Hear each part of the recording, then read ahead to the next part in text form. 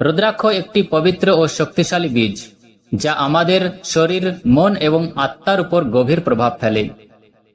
রুদ্রাক্ষ একমুখী থেকে 21 মুখী পর্যন্ত হয়ে থাকে।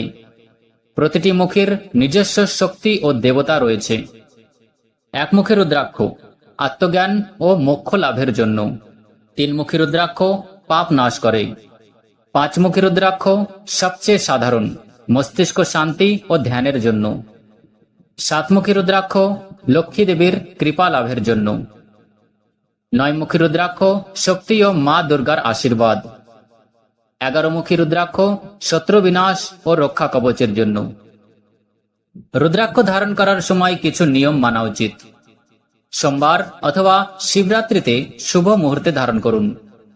রুদ্রাক্ষকে গঙ্গাজল ও কাঁচা দুধে শুদ্ধ করুন। ওম নমঃ শিবায় মন্ত্রে অভিমন্ত্রিত করুন। শিবলিঙ্গে নিবেদন করে তারপর ধারণ করুন।